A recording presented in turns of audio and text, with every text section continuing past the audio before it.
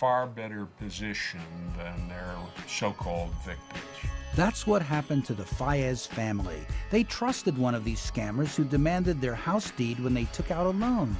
The family was soon dispossessed and out on the street. Their ordeal was so shocking that it made the newspapers. When the marshal came, my children was having lunch on a Wednesday, the coldest day in January, and said, "You have 10 minutes to leave." My children had suffered nightmares. My son Daniel would hide under the seat of the car when he will see a police officer. You know, they still remember what they were having for lunch, what they had in the microwave that was left there. They could not even pack their things. Here I am, a hard-working mother of 4 at the time, not wanting to go on welfare. I'm sure they will pay a rent for us and give us food, but that's not our ambition. Wanting to keep our house as an inheritance for our children, it's not something wrong. And we weren't well educated as to how swift and conniving these people are. That's what happened to Mary Pashkovitz. She teared up as she told me her story in front of the home she grew up in South Philadelphia. She lost it to a fraudulent home improvement scam. It was very hard. I lost my father in this house. It upsets me. It upsets me immensely. I haven't been back around here for a while. This is your place still in your heart. Yeah. Yeah, it is. My father died in this house, and he never wanted me to lose it. And I feel like I failed him, too.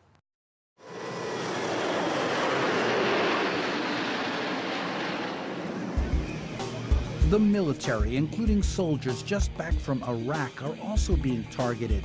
The New York Daily News reports more than 100,000 U.S. troops have been saddled with long-term debt in return for short-term cash from payday loan stores, charging interest rates that would make the mob blush.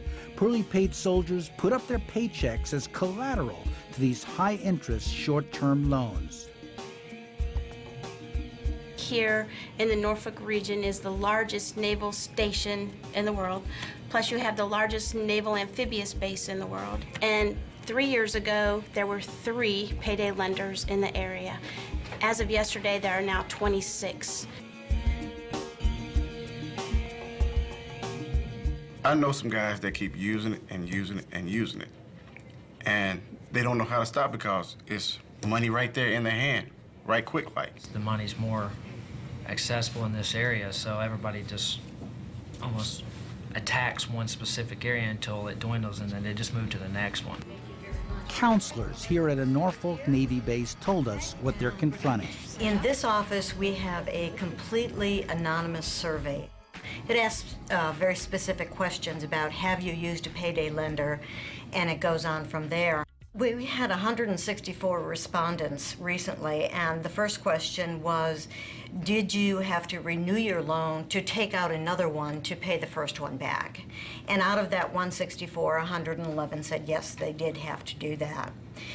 The next question is, if so, how many times did you have to do that?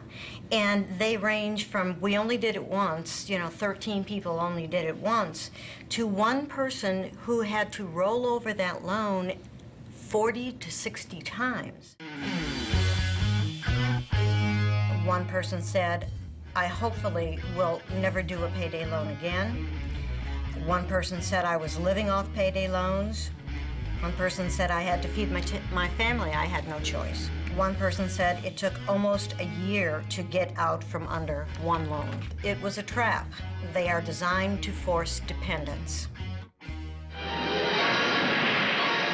In the future of our country, waves of destructive forces will continue to batter against our foundation.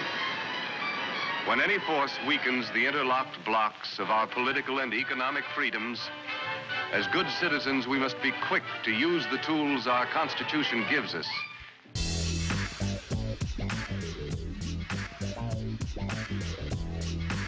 We have people come into our office look like this all the time. They're going, hey, dude, can you get me out? marriages, 90% of the marriages end on money problems.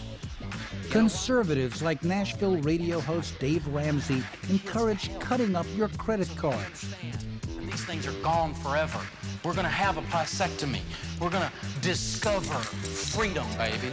That's right. We're going to get rid of the titanium card, right? Oh, out of here, baby. Bank of America. Yeah, I got an American flag in my car. That'll do me just fine. Thank you very much. Here's a platinum card. Capital One. Let's make it into 2. What do you think? Right? This has been going on long enough. Evil triumphs when good men do nothing. We can stop this conspiracy by disregarding the advertising, disregarding the hype, and disregarding the easy way out to take money that when you borrow it, you know in your heart, you know you can't pay that money back. People make mistakes. We all make mistakes. We're only human. The second chance comes when the judge turns around and says, Miss Bracco, you have used this system in the right way. Congratulations.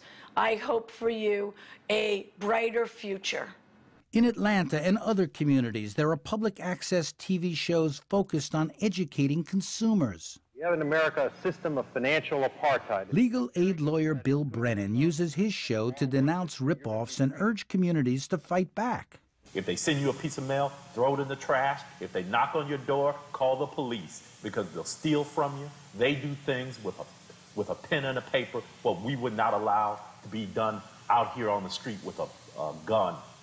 In Brooklyn, an expanded credit union serves the community with free tax preparation as an alternative to predatory lenders. It's a great alternative. We're a not-for-profit organization. We're cooperatively organized. We make just enough to cover our expenses, provide the service, and we return the extra to our members.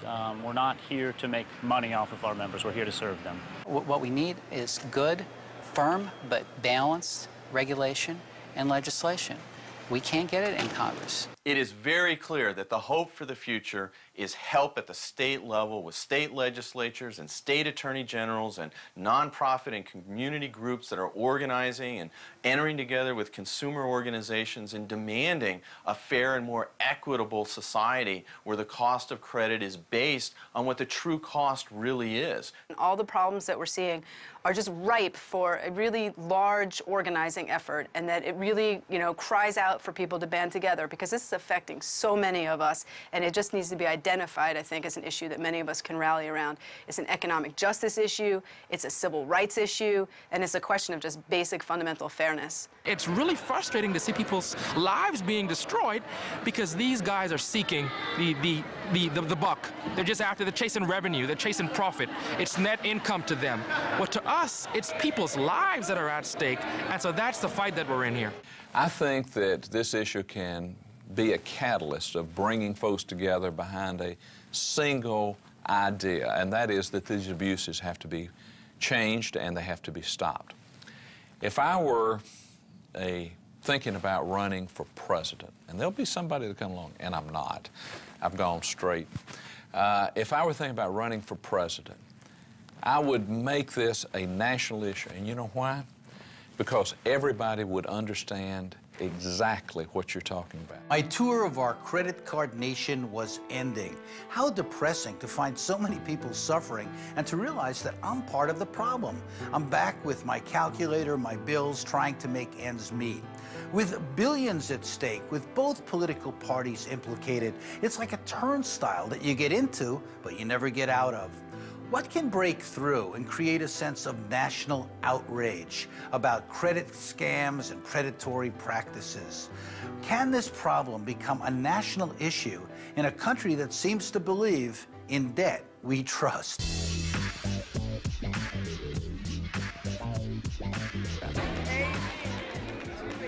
Some household would be freed Yes. from the burden of debt. Yes. Many believe, like the parishioners of Norfolk's Mount Carmel Baptist Church, in the rhetoric of the Bush administration, that there may be a faith-based solution, an answer from on high. But these parishioners also know that the good Lord helps those who help themselves, and also works in mysterious ways.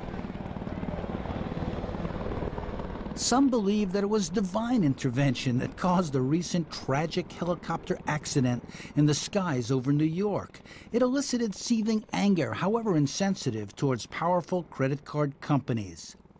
An MBNA corporate helicopter down at about 4:40 p.m. today. All were rescued from the water by emergency services. 6 top credit card executives from MBNA, then the largest card company in the country, nearly drowned when their company chopper plunged into the East River near the United Nations. MBNA is the most notorious loan shark credit company in the country. And when their helicopter crashed into the East River with half a dozen senior executives, I mean, it was hard for people like me who've seen the suffering those guys have created not to think this was some sort of biblical retribution. Wilmington, Delaware, that's where the helicopter was heading. I don't wish that on people, but when you've seen the suffering I've had over the last 20 years, part of me felt sorry, but part of me had to feel that maybe there is a God.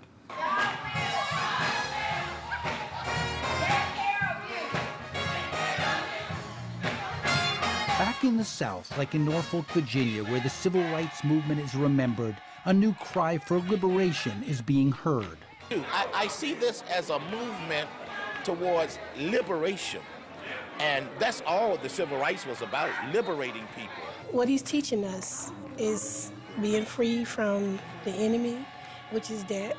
We have a president who says he believes in faith-based solutions. Yeah, I heard. Now, you have one. But exactly. They're not listening in Washington, are they? No, they aren't. They aren't. And so it has to start on this local level, and people like you and other people who are concerned about our problem keep voicing it, then the people, I believe, will catch on. Sammy is out of debt.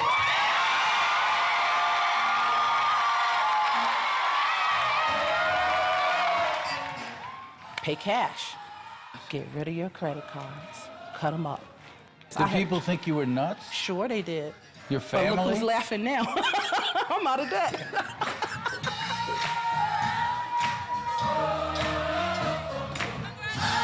In the end, it will take a coming together of all segments of the American people, poor and middle class, white and black, left and right, to press the politicians and the financial institutions for liberation from debt before the bubble bursts. In debt, we do trust. Hell yeah. In debt we trust, you better not trust long.